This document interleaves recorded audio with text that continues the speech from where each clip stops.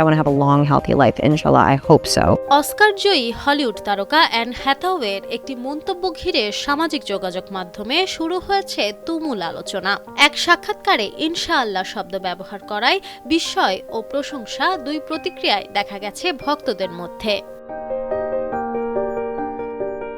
সম্প্রতি পিপল ম্যাগাজিনকে দেওয়া এক সাক্ষাৎকারে নিজের জীবন ও ভবিষ্যৎ পরিকল্পনা নিয়ে কথা বলেন এই অভিনেত্রী।